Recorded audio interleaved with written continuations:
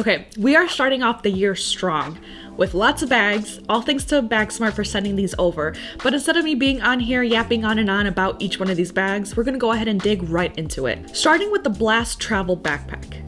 Now they did send over 2 different colorways and I gave one to Caleb to kind of pack as if he was going on a weekend trip. Now slight disclaimer, my family and I are not one bag travelers by any means, but I know these bags were targeted with that person in mind, and I was curious to see how much you can actually pack in one of these bags. Starting with their new Blast 28 to 38 liter extended mesh carry-on travel backpack.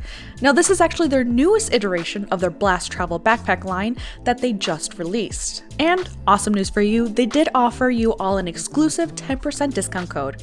So all of that information and links will be down in the description.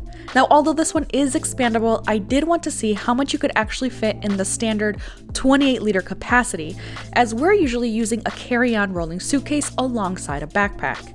So I wanted to see exactly how much we can fit with the under the seat parameters. Starting with the main compartment, which opens up like a duffel bag, he's packed 1 pair of jeans, sweats, a thin sweater, some undershirts, and 4 pairs of socks.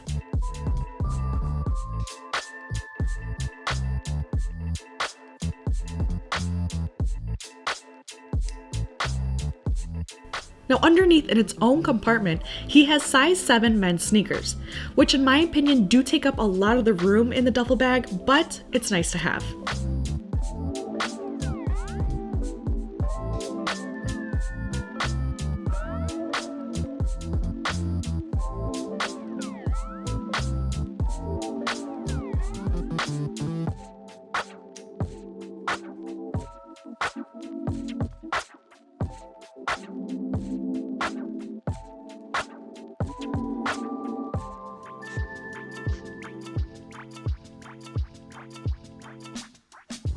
Now notice how much room there still is in the laptop pocket for any bigger sized devices if needed.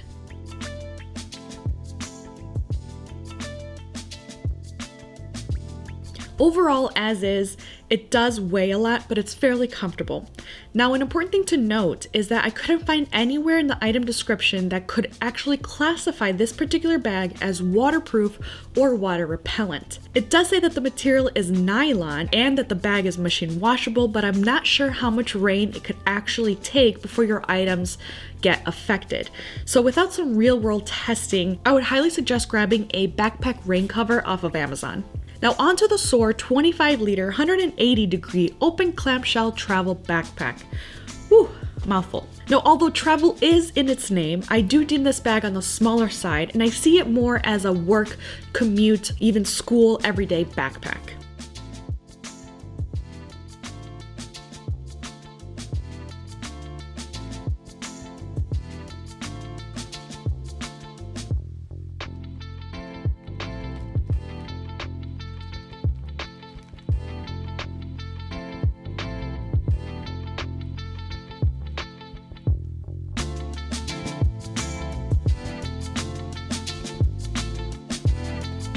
Now this bag does offer a detachable toiletry bag, or is how I'm using it, more of a tech dop kit bag.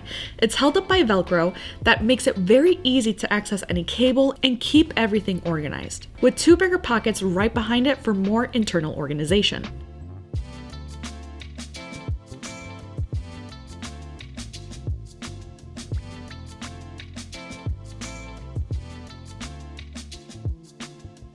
Now this bag is made of water repellent fabric and waterproof zippers, so no need to worry if you're caught in the rain. The Faro 29 liter carry-on travel backpack set. Now to start, I did pack this bag slightly different than what's intended to be for. As stated before, I am not, as much as I wish I was, I'm not a one bag traveler because I like to buy things. So with that in mind, I do try to pack my personal item backpack as bare as possible. That way I can pack it with souvenirs, gifts, books that I buy during my trip on the way back. So with that in mind, let's go ahead and dig in. Now this one does state that it's waterproof thanks to the 300D encrypted Oxford polyester fabric.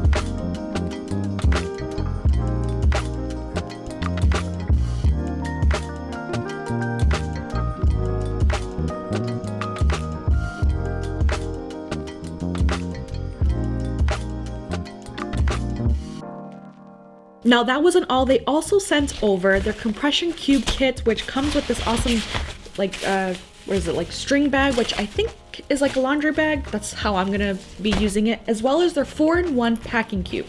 Now this one's pretty interesting in itself. I'm really excited to see how that one works out in comparison to traditional compression cubes. Now I do actually have a first international trip coming up by the time this video is live next week, and I will be using several of these bags on that trip. So I will be doing a follow-up video. Really interested to see how it works out is this 4-in-1 packing cube. Now to start, at quick glance, it fits so much more than I could ever try to fit in any of these compression cubes combined.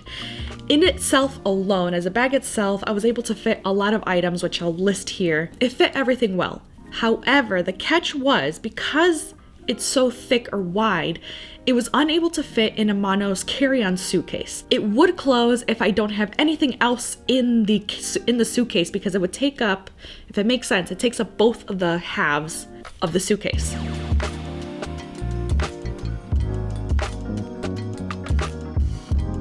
But with some working around, I did take out a pair of pants, I took out the socks, as well as the thin sweater, and able to kind of reorganize the suitcase that way. I was able to compress this down even further and make it slim enough to fit on one side of the Mono's carry-on suitcase.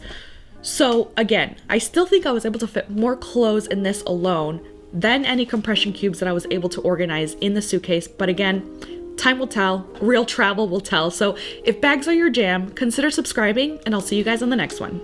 Okay, just kidding. Before ending the video, I went ahead and did a very unofficial rain test on a few of these bags. I kind of took advantage of the ice storm that we currently have here in Dallas. But to keep this short and to the point, all main compartments stayed dried, with the exception of the Blast Travel backpacks. Now I think it's because of the zippers. I noticed water does seep through the edges of the inner zippers, particularly on the laptop compartments, which is obviously a bit concerning, as this is the place you don't want any sort of water droplets or condensation to enter. And I do hope that for future iterations of the Blast Travel backpack, they use YKK zippers or some sort of water protection on them. Now again, this was super unofficial, and only in real case scenarios will I be able to give better feedback, but in the meantime, I am stoked to give these a whirl on real upcoming trips. Inside, now in this bag I did actually have some tech and things in there, but there's no water at all, not even in the seams of the zippers. So this one is good to go. Let me check the laptop compartment on this one.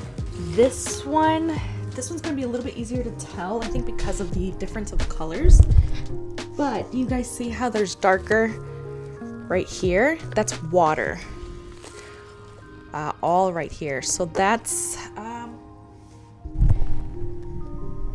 not really good.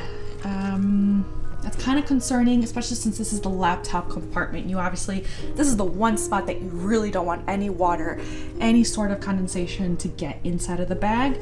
So I'm kind of surprised and disappointed that I'm seeing these watermarks through here. It could be because of the mesh on the back, which in theory, this shouldn't really be exposed to water. But I mean, if it's downright pouring and you don't have an umbrella, water is still gonna seep down through here. I mean, you can see this is pretty soaked through and through. And I'm guessing that's how that water came in back here. So something to note. I mean, I know you're not gonna place this in water. Yeah, I mean, the rest of the bag in this is pretty dry. Okay, now for this one, I'm gonna expect the same results. Same here, t-shirt, nothing, super dry. Same thing here. Okay, so same results. I'm just noticing the dampness right at the edges of the zippers. So it seems like in these two bags and the ones that are more in the Blast backpacks, the zippers aren't going to be waterproof. They're not going to be YKK at all. So you're going to have, I think it's going to be something to note. Oh yeah, all of this is really wet right here. All of this right here. So you're not going to want to use this or be caught in the rain. And okay, for real this time, see you guys on the next one.